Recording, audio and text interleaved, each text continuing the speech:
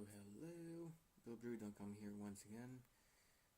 This is still Arne Pulse, as always, narrating and bringing you constructed action of Magic the Gathering. This time it's standard, and this time it's my attempt to make Monoblack Aggro work. So I'm on the right side of your screen, and on the left side of the screen is the one of the hit tags for standard lately, Abzan Megamorph. A very sweet tag. It's something between Abzan Aggro and Abzan Midrange or Abzan Control, so it's somewhere around that range, somewhere in the middle of the spectrum. So he started with a Temple Melody and straight to the top, I think. My turn 1 was Bloodsoaked Champion. So obviously it's important who starts. He decided not to play anything, so at the beginning of combat he ultimate prized my creature, so he's trying to slow me down a bit. So my turn 2 was just a pair of Tormented Heroes. Right. Planes from him. And just a Corsa. Temple Melody on top of his deck. And so I draw a couple turn. Land drop. Bashful Sun. He knows how I'm playing with this deck and what kind of tricks I normally run there, and he still fell into that trap, so he's taken 2, I'm taking 2 as well, but like as Bruno Erebus, pumping my guy, regenerating it, and post combat just brought back Bloodsoaked Champion. So that looked like a good start, but then another Corsair, which is fine. A land and scry, with the keeping the Rhino on top and gaining 1 life in the process, and despite all my attempts he's still at 19. And of course he falls down this trap again, and this time it's not Boon of Erebus, it's just a Bioblight to downsize his guy into -1/2, and not really playing around the Bioblight, so cast a 3rd Tormented Hero here. Rhino puts him back to 18, and now I'm at 15 because I took 2 before with the Boon of Erebus.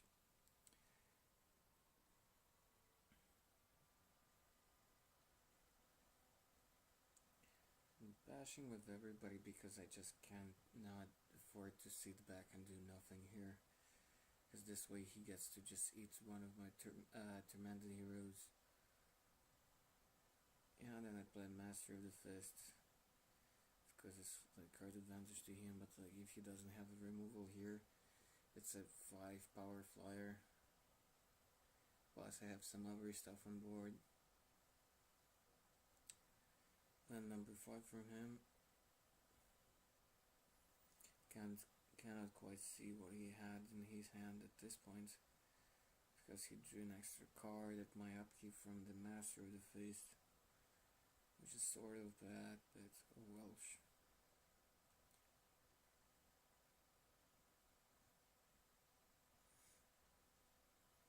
I really wish there would be something like a 1 black protect your guy like from an exile effect. So I attack with everybody, and of course he priced my demon, so but he still took 4 in and hesitates. I played another Master of the Fist, hoping that this will be enough, but then you already see what's gonna happen next.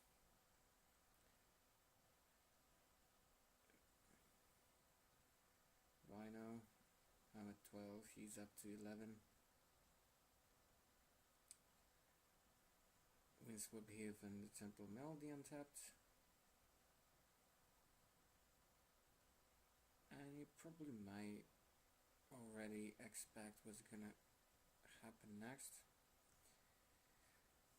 10 life. I mean, going down to 10 after fetch lands for planes. By the way, this Abzan Megamorph list plays at least like 5 basics. I know it's probably a swamp or maybe a third forest. I bet it's a third forest because, like, in addition to coursers, there's also like Death Mist Raptors and Den Protectors in the deck. So it's probably a third forest and no swamps.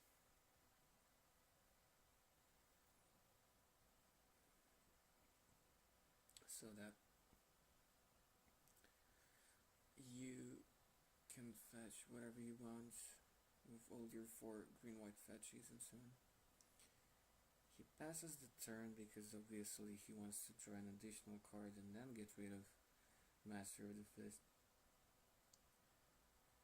So yeah, Dromoka's Command is really absurd against this deck. If you're a creature deck, and you probably are, because why then would you have Dromoka's Command in your deck? So the trick here, the Rhino fights Tormented Hero, and then I'm forced to sacrifice an enchantment, and that's the 5/5. And now I'm facing 2 Rhinos while I'm at 12, and with a Bladsoe Champion which cannot block. It's really ridiculous. I cast in a Brain Maggot here. I know, just to see what's going on. I saw Trial End and the Fleece main line, of course, took the line. And then I can't really block with the Brain Maggot, and I have no idea how would I be able to stabilize in here. I would have to draw like another Master of the Fist, and he shouldn't have removal, but then like I'm dead to another Rhino. Yeah, sure, I can block with Brain Maggot to go down to 1. Something like that, but that's just so bad. He would get back his Fleece main line, but no, I did not draw another Master of the Fist. Well, I felt like I could do something, so I attack with both, pushing him down to 7. Then play the Painseer and the Spiteful Returned. That's the Beasto creature, the 1/1. And when attacks, opponent loses 2 life. And Painseer, you, I suppose, know what it does.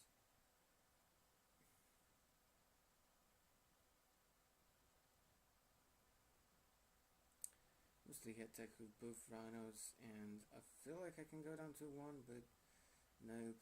He has 8 power, and I have just 3 toughness total, so that's like 5 damage, and I was at 4, so I go to -1, and whatevers. Shouldn't be a terrible matchup, especially after sideboard, but somehow my deck wasn't really cooperating in this game and in total. So you see me already sideboarding. He was so my friend was so busy figuring out his sideboard, so that he didn't really look at my transformational sideboard.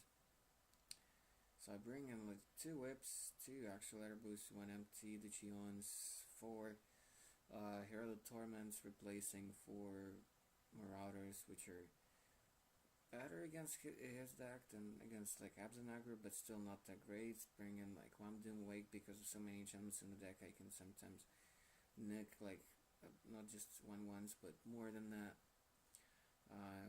Bring in 2 cuts over Bile Blights, take out Spiteful Returns, and take out 1 set of 1-drops. I think it's Tormented Heroes.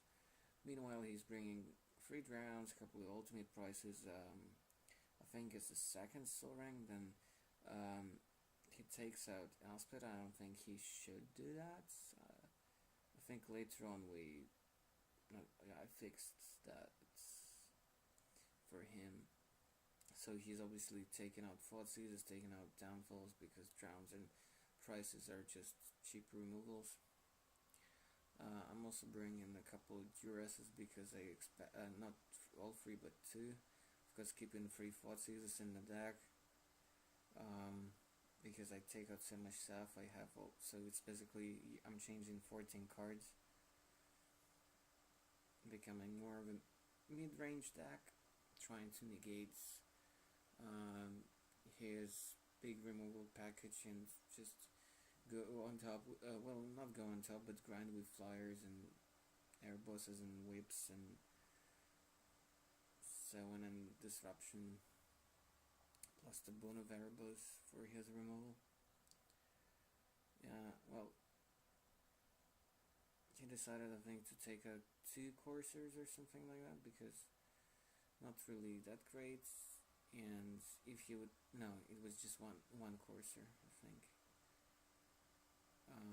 Yeah, he took 2 downfalls. I think he kept 1. Oh yeah, okay. So righty then. I'm not sure whether taking out Elspeth was correct. It's fine for both versions of my deck. I mean, both sideboards or main deck. Either blocking a bunch of 2/1s with the Elspeth tokens, or kill Master of the Fists or some of other creatures with bestows on them. I don't know. Probably he should have rather taken out, what was it? A 3rd downfall? I think there was a 3rd downfall main deck. We started quickly with Blast of Champion into Painter while he was just laying down a Temple of Silence, and then second turn he had an Orb, so I'm smelling some removal here. 3rd land from me. Dashing with my guys. He's Bile Blighting the Painter, of course. But that's sort of fine at this point. Then the Herald of Torment. So I'm curving out kind of occasionally here. But you see what will happen next. Windswept Heath, which he doesn't really need to sacrifice unless he has some green cards in his hand. Yeah, so cracks a Fetchland. Probably for a Forest. Yeah, Forest comes down. He's at 15, which is not that bad.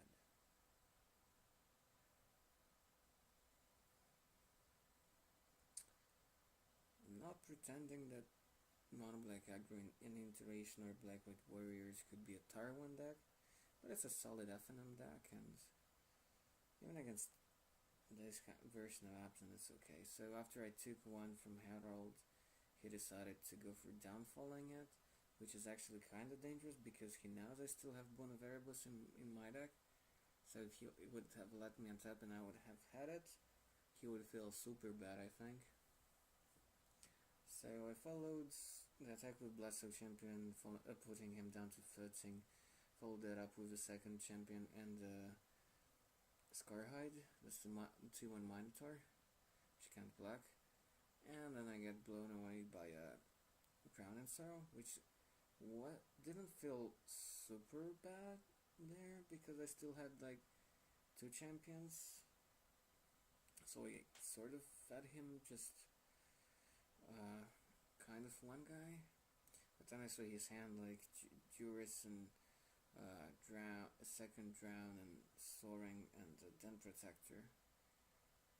I'm not sure what I should have taken, but he already had 4 mana like in all the colors, so Soaring would be pretty bad here. I think my hand was just Bono Variables and the Whip. Yeah. And that felt really bad. So he first had a Temple and Scrod, and then cast a Den Protector and then Jurist me, which is obviously the wrong sequence. Should probably first Jurist and then play the Morph, but it didn't matter. So of course he just left me with Bonavaribus in hand and discarded the whip, because the Bonavaribus wasn't doing really anything. I just drew another land and no frats, which felt like really bad. Even after drawing, like, he had just 2 cards in hand, and Corsair was a pretty nice top deck there, even though he already had a Den Protector with mana up to bring back something. So something like an Erebus or another whip would have been kind of fine here. But yeah, the Abzan deck is so resilient to aggro decks and has so much value,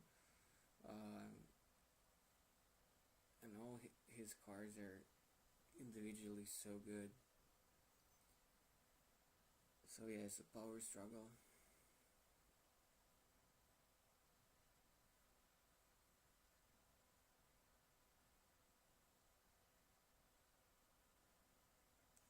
Maybe I should be more mid-rangey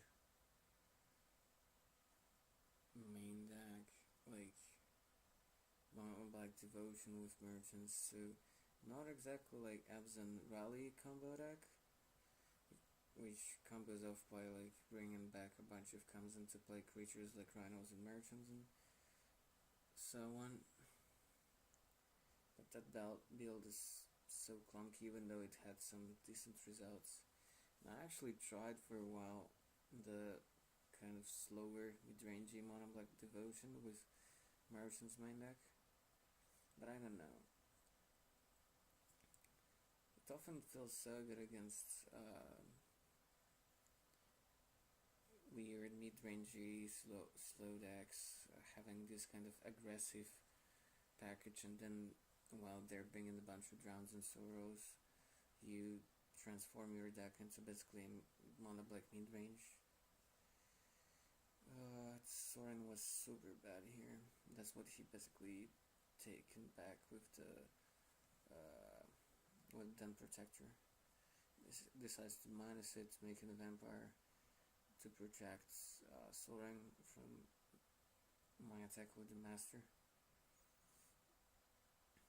And he has a Rhino on top, so yeah, pretty bad. And he would be drawing it from Master.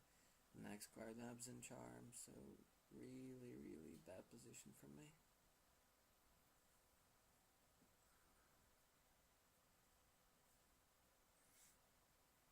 Even though I would get back a couple of Blast of Champions here, but that just does not do much here.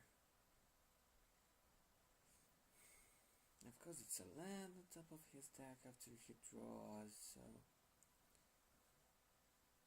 and then another land, and his hand is stocked. Of course I helped him a bit with the Master Defense.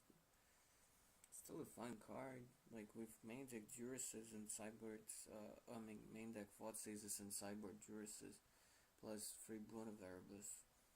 It's actually a fine way to close out the games quickly. Yeah, he has basically everything he could possibly need.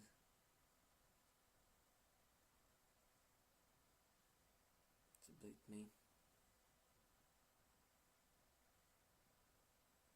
I don't want to be so pessimistic about Monoblack Aggro, but yeah, this matchup feels super miserable.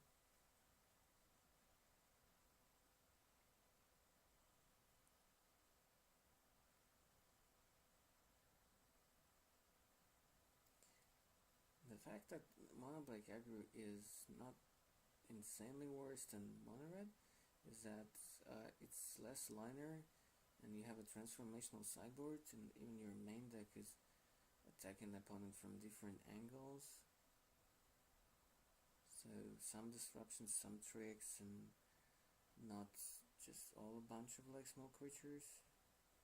Some bigger ones and some haste ones. So it's actually fine, and sideboard should fill out negative gaps, but I don't know.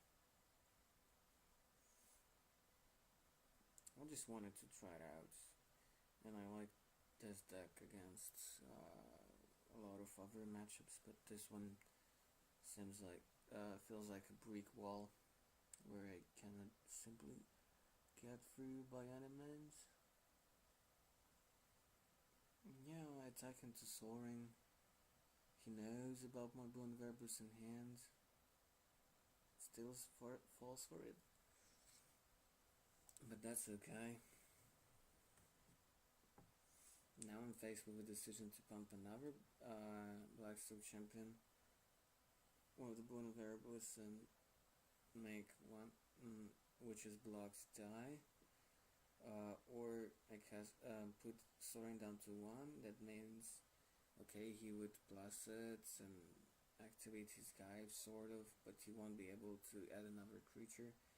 But the problem is he already has a morph in play, which is Den Protector, and apart from Bone Verbus, I had a Murderous Cotton here, and I don't know, I had mana for everything basically, because I had a stocked graveyard and I could always sacrifice this fetch land. I don't think there was already enough of cards. Yeah, because I thought I can somehow try to get rid of Soaring next turn, so I decided to basically kill his Courser, so he wouldn't gain more life and sort of draw more cards. Because he plus Soaring before, he would effectively gain 3 as well from the Courser. I don't know what I should have done here. But then I decided somehow to pass the turn, which would allow him to flip the Protector and get back another removal or the Courser or anything basically. I shouldn't have let him to untap actually. That was a mistake. And now that I look at it, I probably should have pumped the other champion so that I can for sure get rid of his Bloodsoaked, and even though he would gain 3, but I can rebuy my champion here. I had enough mana to do everything. He flipped the Protector, and I think he took back an Abzan Charm, I'm not sure. I know, he took back a Rhino or Druid. It was a little bit of screen and my memory fades a little here. Because, oh yeah, I asked him like to show it again, and he got back a Bile Blight from that Den Protector, and then just cast Rhino from hand, plus Soaring, and just bashed for a bunch. Now I was stupid enough to cast a Cut, which wouldn't do enough here, and top deck is just a Brain Maggot, so I misplayed, but it wouldn't have saved me really. Okay, bonus sideboard game. I was still not convinced that this matchup was so hopeless. I hope to draw like decent disruption / mid-rangey hands. Because it feels like after sideboard I have all the tools to grind out and disrupt and get through some hits. And this hand looked very promising, so start turn 1 thoughts using him. I see Temple Maldive Forest, 2 Bile Blights, Drown, Courser, and Soaring. Because I have more discard in my hand already. I decided to take the Courser here. I didn't really mind him without access to double black sit with those Bile Blights in the Drown. But his action was what was actually scary here. Actually, after sideboard, I'm surprisingly very resilient against drowns. Not so much against Bile Blights, but that's just most of the time 1-for-1. So I go for a Duras here, knowing that I can always just snap the Sorin. He drew a Daphnis Raptor, which was kind of annoying, but not insanely. He had already a double green, so any land basically makes the Raptor thing online. And because I'm not really applying much of pressure here, so he did have time, I go for another Duras here, thinking what could possibly go wrong. I want it to be mana efficient, even though Duras is not really super exciting here.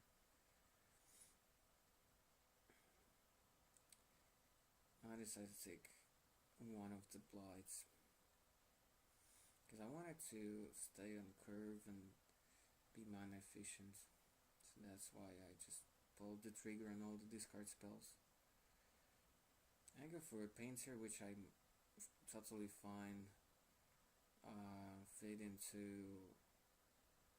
either Bile Blight or Drowns, or he drew Forest, so Daphnis Raptor on his turn 3. I attack with the Painter here, and of course he falls into Bunaverbus. I'm surprised he actually blocked there. I don't know, well, technically he could rebuy his Raptors and stuff like that, so it's not a big loss for him, but I don't think I would bluff here, so he might as well just take him that damage. It's hard to say. No double black, but you hit a 4th land and a Siege Rhino, which is already kind of problematic, because this way he's kind of racing me, because Bunaverbal is -2, Fozzie is -2, Rhino -3, and I found myself already at 10 life after drawing actually an Erebus. Well, I would quickly correct my life total here. I actually should be at 9 already here. And I'm stocked on 2 lands with a bunch of 4-drops in my hands, unable to cast them. And the deck actually plays 23 lands, even though it's 61 cards. It should be less if I wouldn't have such a heavy high cost cards in my sideboard for this transformation after sideboarding. And he then just casually drew and cast another Soul Ring. The second one out of 2 in his deck. Felt really terrible, of course, lossing it. And going to town. I have a 2-2 and a 2-1 which can't block. He was already at 22, and now it's just misery town here. Yeah, I think if I would have drawn like a few more lands, maybe I was still in this game.